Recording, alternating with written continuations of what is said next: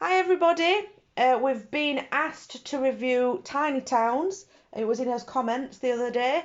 So this is Tiny Towns. It's 1 to 6 players, 14 plus. It takes around about 45 minutes long.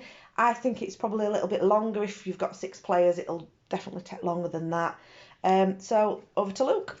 So whoever's the first player is going to start with this lovely looking starting piece. It's whoever's built something last is the first player. So this is a bingo-esque style game where you're all going to be calling out various resources. You've got grey ones, which are stones, red are bricks, wheat are yellow, blue are glass, and brown are wood. And what you're going to be doing is you're going to be building these various buildings. So you've got taverns, theatres, cottages, farms, chapels, wells, and factories, and they all score in different ways. So let's say you're going to build a cottage. You might call out a yellow. Someone else might call out a blue, and if someone were lucky enough to call out a red, you'd be able to build your cottage. You would replace them 3 cubes with a cottage. It can go in any one of the 3 cubes you've already placed, and then you would remove the cubes and start building something else. And if you're a fan of Tetris, then this really comes into play because you need to try and fill every square because you get minus points for missing squares. So yeah, if you played Tetris, you might be quite good at this game. You can also rotate the buildings as it suits you. But you might not always be able to place something you can't place. So if you put a yellow there, someone's called a yellow out, someone's called a blue, someone might not call a red there. So you might have, let's say they call a grey, you might have to start building a different building over there. Let's say you might be able to start building a well, which you'd need a grey and a brown. So if someone called a brown next time, you'd be able to make a well.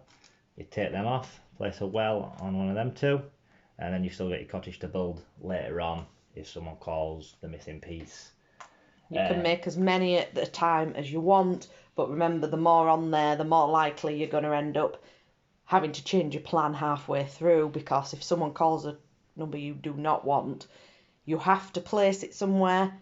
There are cards that allow you to put unwanted ones on top. Factory, for instance, once you build this, you can choose one of the 5 resources to place on top of the factory. Whenever anyone calls that resource, you can pick any one of the other resources. So a factory is really handy when you build that. If you build multiple factories, you can do it with numerous resources, really setting you up for the rest of the game. Well, you get 1 victory point for each adjacent cottage, so you want to get them next to cottages to get them watered. Cottage, if it's fed with a farm feeds 4 cottages, you'll score 3 victory points for each fed cottage. But then if you make over 4 cottages, you then have to make another farm to feed your other cottages. And then chapel also works well with the cottages and farms because it gets 1 victory point for each fed cottage.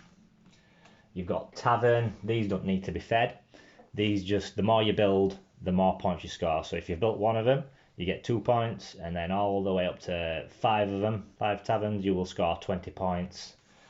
And then finally, in this base game we set up, the last one is the theatre. You'll get 1 victory point for each unique building in the same row and column. So let's say you built 1 there, and you built 3 other buildings that are different there, and 3 that are different there. The max you could score is 7 points. So you can score 7 points from a theatre, but it's not one I often build. It's quite hard to do it, isn't it?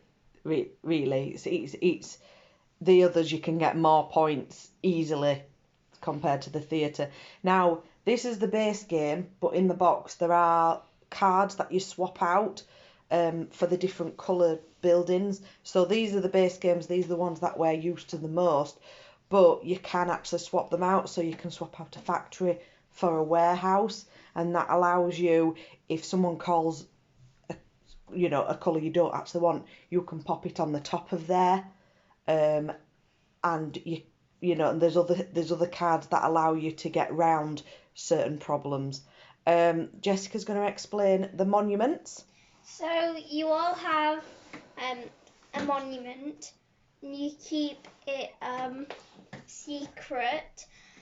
So, for example, this one, it's hard to build, but if you get victory points based on the number of buildings in your town when constructed, and it tells you what victory points you get. And these are individual. You get Yeah. a choice of 2, don't you, each? Yes, everyone gets dealt 2, and then you choose one.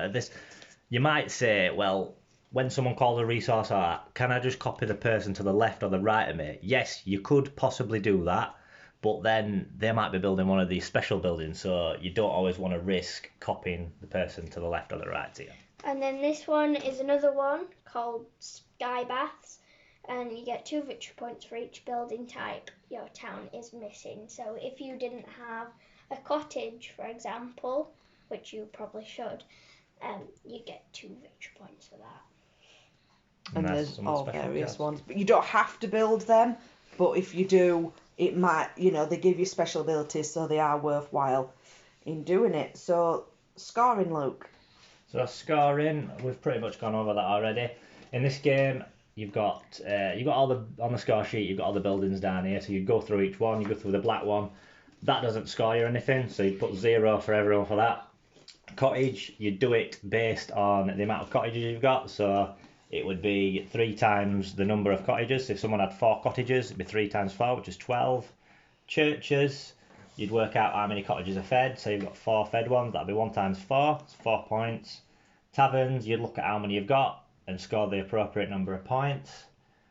The yellow ones, which are theatres, you'd look at how many unique buildings you've got in each row and column. Wells, you'd look at how many wells you've got next to each cottage. And the monument, you would see what it says on the pink cards. Some of them as don't to give how you you score. victory points, do they? Some just give you abilities instead. And then the final one, which we haven't looked at yet, is any empty spaces. So you'd remove all your cubes, and then whatever buildings you've got. Any empty spaces, once you've removed your cubes, will score 1 negative point for each empty space at the end of the game. And that's the scoring. And then you total them up and see who's got the most points. And Whoever's got the most is the winner. that's Time Towns. Yeah. Right, see you next time.